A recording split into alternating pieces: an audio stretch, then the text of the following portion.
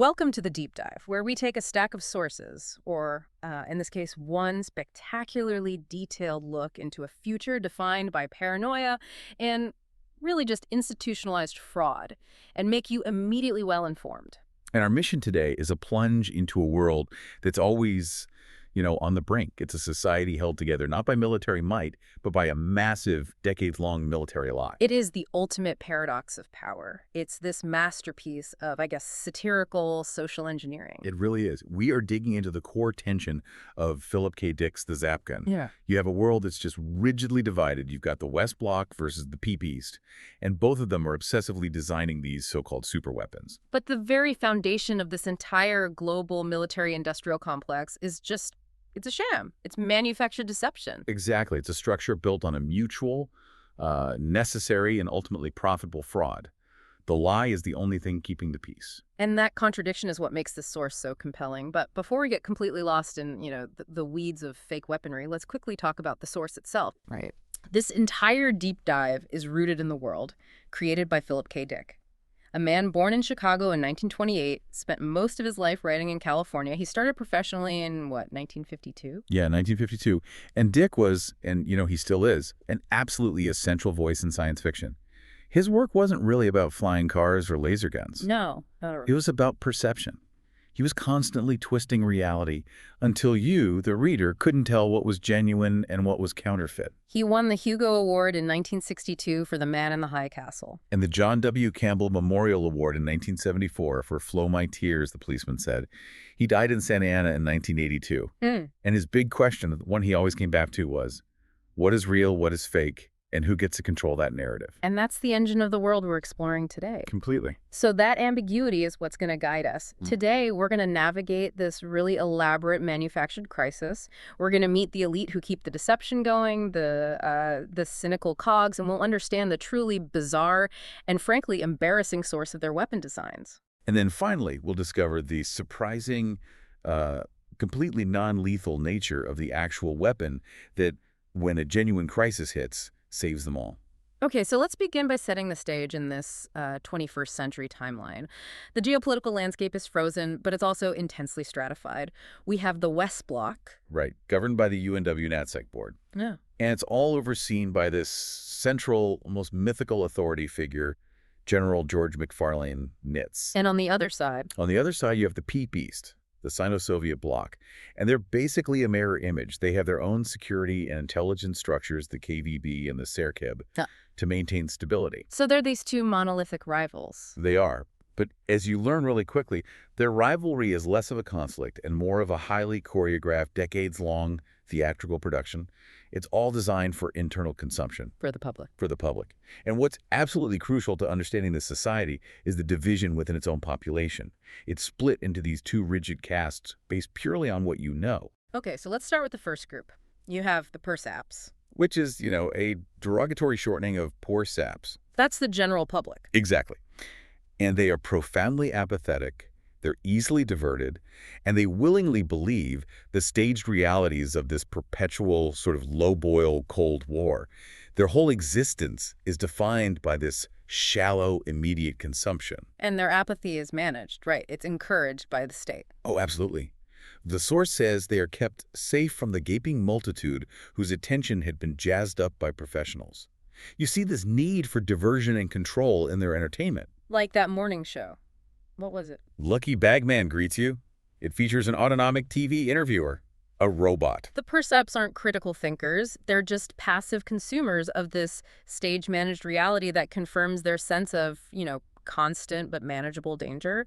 Their complacency is the bedrock the whole system rests on. And what's wild is that the apparatus designed to manage this, it's built on massive, complex technology, only to be used for the shallowest possible purpose. It's technology as a pacifier. Right, and in stark contrast to the persaps, you have the other group. The cogs, or the cognoscenti. These are the elite, the knowing ones, who bear this tremendous weight of maturity and responsibility because they know the truth. They know about the global fraud. And that knowledge is less a source of power and more of a psychological burden, isn't it? A massive one. The cogs General Nitz, the board members, the engineers, they are absolutely afflicted by this profound guilt and deep shame for the lie they keep going. even after decades, they still haven't really gotten used to the moral cost of it all. No, they know they're the architects of a colossal deception, and that knowledge is just eating away at their sanity. And the man who stands at the very center of manufacturing this necessary lie for the West is Lars Powderdry. Yes, let's unpack this guy. Because he's not a general or scientist in any traditional sense. Lars Powderdry is the West's, and I quote, best and only weapons fashion designer. He runs Mr. Lars Incorporated. The job title itself is the first clue, right? He designs weapons like they're haute couture, which implies they're disposable and superficial. And his process is highly mystical, which is a key Philip K. Dick element. Lars is basically a medium. He has to enter these deep trance states to work. And when he does, he loses contact with what the source calls the given shared universe, the koinos cosmos. The objective common world. And he ventures instead into his idios cosmos. A purely private, internal, mystifying realm, and that's where he gets the weapon sketches. But he knows it's all bunk. Yeah. He's tapping into his unconscious, but he views his job as, and this is his word, an abomination. He feels corrupted by shame because he knows instinctively that these creations coming out of his trance are totally useless as instruments of war. And the examples we get are just priceless. They completely underscore the absurdity of it all. Take item 207. It's a piece of sophisticated military hardware, right? Its guidance system has 600 miniaturized electronic components. But it's designed to be disassembled. Right. And what does it become? It's plowshared into a lacquered ceramic owl ornament for your pencils or cigars. 600 micro components for targeting a non-existent enemy repurposed into a desk decoration. It's brilliant satire. Or what about sketch 285? Lars himself, the designer, looks at his own finished drawing and says it looks like a self-programming egg beater mounted on triangular wheels. The designs aren't functional. They're art objects that just mimic functionality. And this leads us to the critical institutional mechanism that supports this entire world, the protocol of the hoax. Or, as they call it, the plowsharing principle. Exactly. And the revelation here is just devastating to the whole idea of global conflict. We learn that the two global monoliths, West Bloc and Peep East, they secretly met in Fairfax, Iceland, way back in 1992. And then they openly ratified the protocols in 2002. And this agreement basically enshrined the plowsharing principle, which means the weapons Lars and his counterpart design are completely fake. They're manufactured only for staged demonstrations to keep the persaps happy, to make them believe their lives are protected by some kind of modern Thor's hammer. It's really just an economic doctrine disguised as military policy. That's it. The true purpose of all those complex, miniaturized electronic components, all that massive government R&D investment, is to be converted plowshared into everyday consumer products. So the guidance system becomes the owl pencil holder. And a component like the Brownian movement restriction field induction coil is repurposed into a simple, luxurious beer chiller. So the entire massive military apparatus, these titanic underground networks like Lanferman Associates, the huge government budgets, the high-level psychological stress on the cogs. It's just an incredibly expensive, massively over-engineered R&D department for the novelty goods market. They traded annihilation for kitsch. And that's the genius of the system. The H-bomb was seen as this monstrous, paranoid logic error because it meant mutual self-destruction. This system, it provides plenty fine terror and localized psychological conflict, but it avoids any actual damage. They specialize in tear weps. Psychological weapons for fictional targets. So the military machine is now just a massive novelty R&D department. But who decides what novelties the public gets? And that brings us to the most important metric in this society, the consumer. Specifically, the concomities. Ah, the concomities. This is such a unique satirical touch.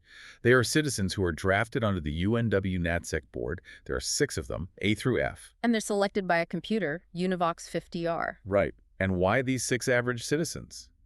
Because the computer, in its cold, objective analysis, determined they represent the authentic, total trend of West Bloc buying habits. So they're literally the statistically average consumer. Exactly. The board needs their input to make sure its phony products, the plowshared novelties, actually appeal to the masses. Consumer kitsch is literally the ultimate barometer of national security. And our focus immediately narrows to one of them, Surly G. Phelps. Concomity A. And Phelps is ecstatic about his appointment. He sees himself as Aristotle's universal man because a giant computer recognized his perfect typicality and therefore his importance. He's this walking repository of half-digested facts, obsessed with obscure technical details he scanned from edutapes, and now he believes he's a top weapons authority. His arrogance is just immense. It stems from this newfound, computer-validated self-importance. He immediately imagines lecturing General Nitz on dense, irrelevant facts about non-existent hardware. Like the specifications for the Metro-Gretel homeostatic anti-entrope phase converter sine wave oscillator. I mean, you can't even say that. He sees his concomitant role not as consumer representation, but as a path to power, a way to replace entire bureaus and take control. But his delusion is immediately met with the crushing reality of the bureaucracy. As soon as he gets his notice, Phelps prematurely and very boastfully tells his boss, a Mr. Rumford, that he's quitting. He sees his path to glory opening right up, and then he reads the fine print. And here's that critical early crack in the whole architecture of deception. He learns that the identity of the concomities is a matter of strict secrecy. Paragraph the 3rd of the board rulings. The board's security is immediately denying his self-importance, his desire for public recognition. He almost faints. He's frantically trying to call his boss back to say he quit for health reasons. His brief moment of glory is just instantly nullified by the necessity of the lie. And his subsequent journey to Washington is a descent into paranoia. He starts detailing his paranoid fantasies and proposals for fictional weapons to his poor seatmate. He talks about the garbage can banger, a device that shoots pellets that emit a horrid sneering sound intended to keep people awake until they have a nervous breakdown. Or the needle-eye weapon, the civic notification distorter, which targets coaxial lines to file repositories and distorts all copy documents so that copy 1 disagrees with copy 2. It's bureaucracy weaponized. It's a perfect encapsulation of Dick's idea of military tech. It's not about destroying populations. It's about inflicting tedious, psychological, administrative damage. And his ultimate vision for the perfect weapon is one that would convert an enemy bureaucrat into a rug. That kind of thinking tells you exactly what kind of universal man the computer chose. Not a leader, but a petty, vengeful consumer obsessed with efficiency and humiliation. The pressure cooker created by maintaining this decades-long global fraud is immense, and its psychological cost, it falls most heavily on Lars Powderdry. He's both an artist and a functionary. And he surrounds himself with these complex, sometimes really problematic, people whose interactions just reflect and exacerbate his already profound anxiety. Let's look first at his work relationship with Pete Freid. Right. Pete is the genius engineer from Landform and Associates, that titanic, sprawling underground network that goes from San Francisco to Los Angeles. Pete is fundamentally a born worker. He's a pragmatist who actually builds the fakes and mock-ups from Lars's strange, often impossible sketches. But he's utterly rational. The source describes him as having an 18th century view of the world. He's highly rational, very optimistic about human ingenuity. And he views Lars as just wasting a genuine talent on this theatrical nonsense. Pete argues that Lars should be investigated by science, maybe at Caltech, instead of running this fairy outfit. This creates a constant tension between them. It does. And Pete understands the core paradox better than Lars does, maybe because he's a builder, not a dreamer. He understands that the persaps believe there is protection, and that seems to be what they're getting. So protection isn't a fact of hardware. It's a subjective psychological state that depends on belief. It's a deeply cynical acceptance of the system. A system that Lars's mistress, Maren Fain, tries to weaponize for her own benefit. She runs a Paris office, and she is far more volatile and manipulative than Pete. Maren uses an illegal telepathic brain ad. It allows her to probe Lars' subconscious fears and anxieties, which she then, weaponizes against him in their personal fights. She accuses him of being fundamentally dishonest. She says he feels uneasy dealing with myths, yet he breaks out in a rash when anyone speaks the truth about their shared reality. She uses the institutional paranoia as a tool of control. When Lars meets with a Soviet official, Axel Kaminsky, Maren uses this completely innocuous incident to relay a manipulative warning from General Nitz claiming Lars is in danger of being replaced. She even uses an intentional manipulation of time call over econ time to confuse him about the hour and maintain psychological dominance. She is a perfect reflection of the sister's toxicity. But the ultimate source of Lars's anxiety isn't Maren. It's his official Peep East counterpart, Lilo Topchev. He is obsessed with her. He's terrified she might surpass him artistically or, even worse, produce a real weapon. And Lilo is only 23, highly paid, Her salary is equal to Marshal Papanovich, the prime mover of PP security. But despite her high status, she is deeply troubled. The source calls her a very sick person who suffers from these involuntary pseudo-epileptoid trance states. And unlike Lars, whose trances are just artistic, Lilo's are terrifyingly specific visions of her own mortality. She watches her own hand shrivel, die, and rot away to dust. And to manage these debilitating glimpses of decay and, keep her operational, the PP manufactures an exclusive drug just for her. Formafane, a powerful brain metabolism stimulant. The lengths the global powers go to maintain their lie are extreme. They're making bespoke psychotropic drugs for their key artistic mediums. And Lars lives under this constant shadow of replacement. He knows exactly how disposable his position is. He himself replaced Wade Soclarian, who killed himself over a coloratura singer. A spectacularly trivial end for a supposed architect of world stability. And General Nitz, the ultimate authority, always keeps backup talent visible. We learn Nitz has 3 new, untested mediums standing by. A small boy, a middle-aged spinster, and another one. This constant rotation just reinforces Lars's correct realization. I am already difficult. The moment his talent wanes or his guilt becomes too disruptive, he will be discarded. The immense anxiety of Lars Powderdry and the fundamental lie of the entire system is finally given a voice through a most unlikely source. Ole Orville, the talking toy. Ole Orville is the ultimate symbol of the deception turning into social reality. It looks like a featureless human head about the size of a baseball, and it's the latest, most profitable craze among the persaps. It's so popular that it has functionally replaced religion. People cloister themselves for days asking this talking novelty head profound questions. And here is the twist that makes Dick great. This novelty toy, this talking crypto deity of consumer culture, is actually the plow-shared guidance system from Lars Item 202. So a complex technical marvel containing 14,000 miniaturized parts, a prize assembly of microengineering designed for a weapon that was never meant to fire, has been reduced to a mass-market gag. And when Lars, in his desperate anxiety, finally speaks to it, Ole Orville provides deep ontological analysis. It quotes Shakespeare, "You are a forked radish," and Wagner. It is the voice of cold, detached, technical truth speaking through a meaningless novelty. And what the guidance system reveals is devastating to Lars's sense of shame. It confirms his biggest fear, but then it just dismisses his moral anxiety as trivial noise. It says, your conscious quandary as to the spuriousness of your so-called weapons design is an artificial, false issue. The hoax is universally known among the cogs, and Lars' guilt over it is completely irrelevant. His psychological distress is just obscuring his simpler, more primal fear, the fear of losing his creative talent and being replaced. The very existence of Ole Orville, a talking head oracle made from a fake weapon, shows that the lie has been integrated so deeply into their society that it is literally now a form of amusement, a spiritual guide, and a source of profound truth. The technical marvel is now a prophet. The system is so self-contained and effective that even the scraps of the lie can become sources of meaning for the consumers.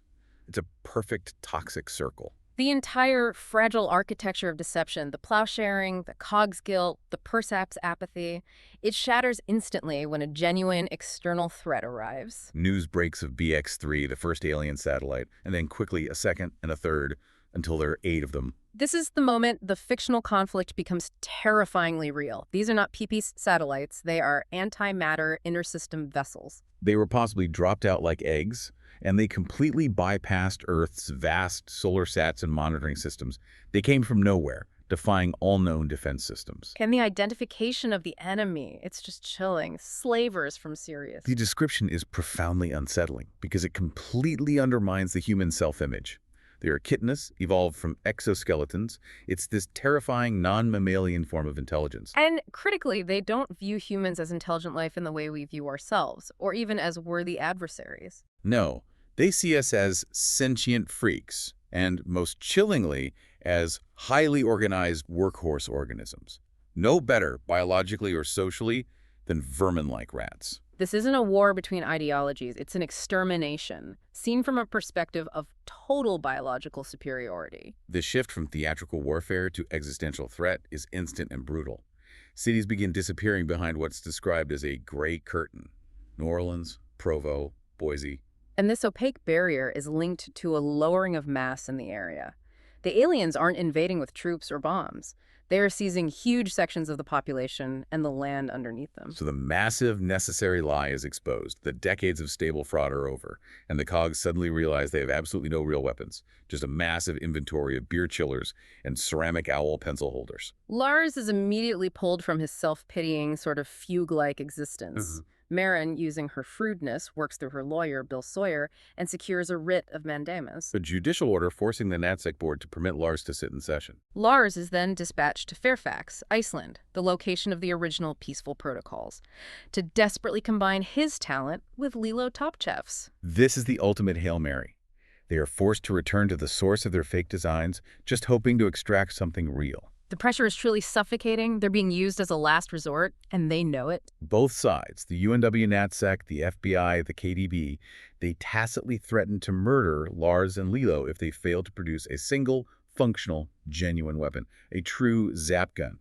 Their lives are now directly tied to their ability to produce a miracle. So Lars and Lilo meet, and in a gesture of desperate cooperation, Lilo shares her exclusive drug, formophane, to enhance their trance efforts. But Lars, already agitated and probably trying to numb his anxiety, he mixes the formophane with Danish beer. The results are catastrophic. The combination induces an acute vagus nerve reaction that nearly kills him. He experiences this terrifying total collapse. He has a vision of dying and entering a terrible, bright, painful world. He's only saved by a hidden Red Army monitor system that detects his medical distress. This near-death experience confirms that the pressure of a genuine crisis is physically lethal to these mediums. And when they finally achieve a trance together, what do they produce? Garbage. Total garbage. Lars emerges with a useless sketch of steam-driven donkey engine. Lilo produces a plan for a wise rat-catching device. The old system of mediumship, one of the psychological neurosis and artistic expression, it simply cannot generate useful military hardware when faced with objective reality. And here is where the conversation turns to the truly farcical, deeply interesting reveal. They are forced to confront the source of all their past designs. Lars and Lilo realize their ideas aren't coming from their private cosmos, their idios cosmos at all. They're being picked up telepathically from a third party. Oral Giacomini. Right. Lars had initially noticed the disturbing similarity of his Item 204 guidance system and Lilo's lobotomy gas to devices featured in a lowbrow comic book. Giacomini is the Caucasian artist of a 3D comic book, The Blue Cephalopod Man from Titan, and it's aimed explicitly at the Afro-Asia audience. It's set in Ghana, features Negro characters. So the book itself is a consumer product, just like the plow-shared weapons. And the institutionalized absurdity of the system is now complete and humiliating. Lars's and Lilo's entire careers, the decades-long foundation of global military stability, sprang not from the depths of human genius, but from the mind of an ex-inventor currently confined to a Calcutta mental institution. Giacomini is suffering from autistic schizophrenic withdrawal. He's fueled by worthless, grandiose, schizophrenic delusions of world power. So the West Bloc and the PPs were not designing fictional weapons for consumer products. They were tapping the fever dreams of a clinically delusional artist. These delusions, transmitted across the globe through some psychic feedback loop, became the blueprints for all West Bloc and PPs weaponry. Jacogs were literally running the world based on a lunatic's fantasy life. Once this fact is known, Lilo immediately feels this massive relief. The crushing psychological pressure is now off her. They realize they can stop trying to channel these ideas and just go directly to the source, Giacomini himself. Which raises a really important question for the ruling class. What happens to the man who knows more than the entire global defense establishment, even if he's catatonically insane? Major Gushenko, the Red Army officer, confirms they are already moving to investigate Giacomini, hoping he held back some kind of secret master design in his fractured mind. The hunt for a real weapon shifts from the mediums to the schizophrenic cartoonist. While Lars and Lilo are dealing with the aftermath of this cosmic failure, this realization that their lives have been dedicated to channeling comic book concepts, Lars's personal life just explodes violently. Marin Fain learns Lilo has returned with Lars, and she tracks them down to New York. She confronts Lars and Lilo on the roof of Mr. Lars Incorporated, and the conversation is laced with her trademark volatility, accusing Lars of having abandoned her both professionally and emotionally. And in her desperation, she pulls out a tiny Italian weapon, a Beretta Pelfrag pistol. This is a truly terrifying device. It's designed to detonate endlessly upon contact, causing unending misery. Lars, already on the brink of collapse from the Formophane and the existential shock of Giacometti, is convinced Marin shoots Lilo. He immediately collapses into a fetal, cringing fugue state. He can't process the trauma, and he just wanders off. He eventually surfaces in Seattle, Washington, miles away, and when he finally contacts General Nitz, he learns the devastating truth. Marin Fane had killed herself with a pistol, not Lilo. Lars's mind had warped the perception of the event, a subconscious confirmation that he had already resigned himself to losing Lilo, but his mind just couldn't handle Marin's self-destruction. The psychic cost of the fraud is still being paid. Meanwhile, Lilo is taken to Bethesda, where the UNW NatSec board has latched onto a new, desperate hope, Ricardo Hastings. An ancient veteran found wandering in a park, Hastings claims to have served a weapon called the Time Warpage Generator, or TWG, in the Big War, which he identifies as the current alien invasion. This immediately suggests another psychic medium, another potential artistic source. But Lars arrives and rejects the idea of another psychological trance search. He knows where that path leads. Instead, he applies cold, hard science. He immediately orders a biopsy and carbon dating of Hastings' tissue using the highly specialized carbon-17b method. And the results are profoundly shocking and entirely unexpected by the NatSec board. The tissue is human, but it is dated to only 4 months old. Which makes no sense for an ancient veteran. Lars, connecting the dots rapidly, deduces that Hastings is not human at all, but an extremely complex android. And who could build such a technologically advanced life form? Landfrom and Associates. Pete Fried's titanic underground network. He realizes Lilo's recent trance sketches were not weapon designs, but anatomical studies of the android. Her subconscious was picking up the reality of the construction, not the purpose. But the true identity of the android is revealed in a deep trance state, a necessary final resort. Lars connects with Hastings' inner identity, which is actually Vincent Klug, the eccentric toy maker who had previously pestered Lars. But this Klug is from 64 years in the future, the year 2068. Klug reveals he used a TWG to travel back to 2004 to help humanity survive the Big War. However, the rules of time travel, as enforced by the physics of this universe, are rigidly paradoxical. He is desperately limited. He can't bring back any future technology, news, or even detailed blueprints without creating an oscillation that instantly cancels him and the weapon out of the current timeline. So the man who saved the world in 2068 cannot save the world in 2004 with a future weapon. A paradox is absolute. So Klug, the victor from the future, can only point Lars toward an object that already exists in the current year 2004. And the clue Lars receives in the trance is an enigmatic, scrawled sentence, "The Man in the Maze." The object is confirmed to be a toy that Klug invented and Pete Fried built. The Man in the Maze. Klug, who had previously wanted to build those ultra-realistic androids, had abandoned that and turned instead to this seemingly innocuous children's toy. Let's describe this device, because it is the antithesis of the phony military machine. It's a simple children's game, a maze containing a trapped, small, roly-poly Venusian wub creature. The creature is non-Terran, but highly sentient, and it's trapped within this maze. But the key feature of the toy is what makes it revolutionary. It has a low-output telepathic empathy circuit. And this circuit is deliberately designed to foster a gape in the child operator. And this is where we need to pause on the philosophy. Agape isn't just simple affection or romantic love. No, it's caritas. It's reverence for life, a selfless, universal love that transcends personal feeling. The child operator, using the controls, identifies strongly with the trapped wub creature's plight. The toy has controls, these studs, that allow the operator to either increase or decrease the difficulty of the creature's escape, and that's supposed to teach sympathy and kindness.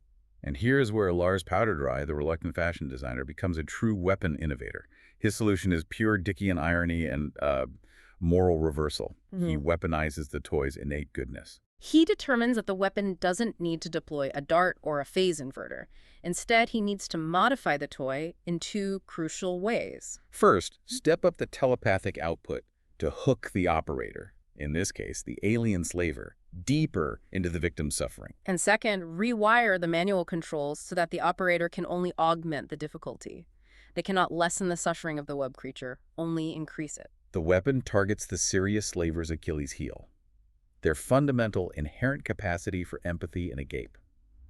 By distributing these altered mazes in the cities the alien sees, the invaders will inevitably interact with the sophisticated toy. They will be immediately forced into overwhelming involuntary identification with the wub creature's perpetual suffering, causing rapid, thorough mental disintegration. The weapon is not force.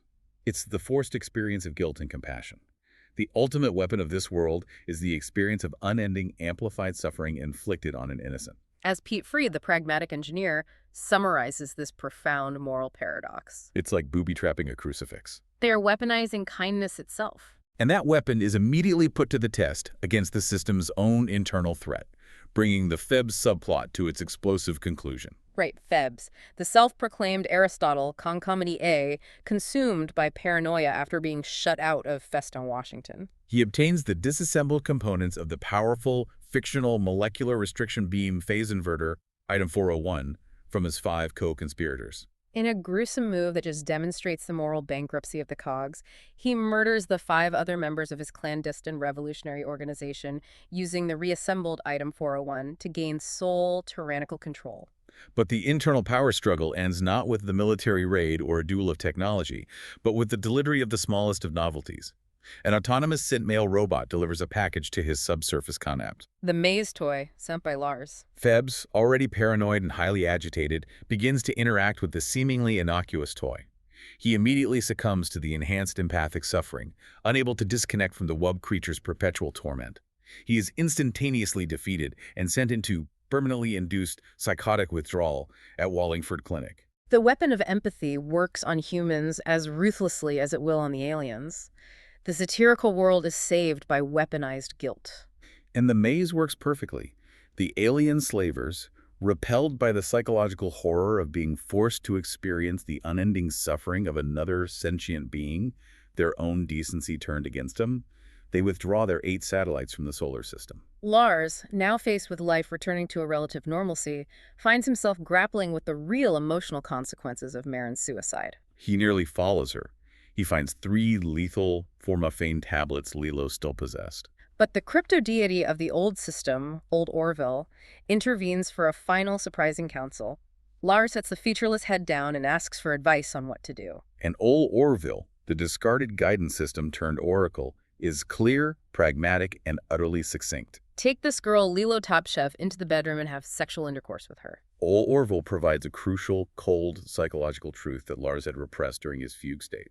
You had already stopped loving Marin Fane when he went to Fairfax. Lars is given the choice to choose life, choose connection, and not mourn a relationship that was already emotionally over.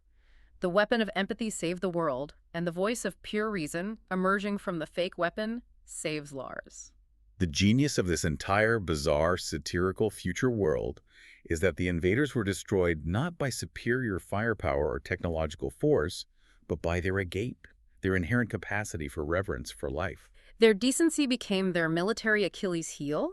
The entire decades-long deception built to avoid suffering was resolved by the mandatory infliction of overwhelming vicarious suffering. Which leaves us with a final provocative thought. It's posed by Lilo to Lars as they begin their new life together, and it's a terrifying question that forces us to consider the limitations of this specific victory. If the next invaders were sentient eggs, life forms that cannot feel agape, that lack that foundational capacity for empathy or reverence for life, would humanity lose? It forces you to realize that the ultimate weapon of love is only effective if the enemy is also capable of love. The successful defense of humanity hinged on the invaders possessing a shared, universal moral weakness. And if the next enemy is truly alien beyond compassion, we have nothing left.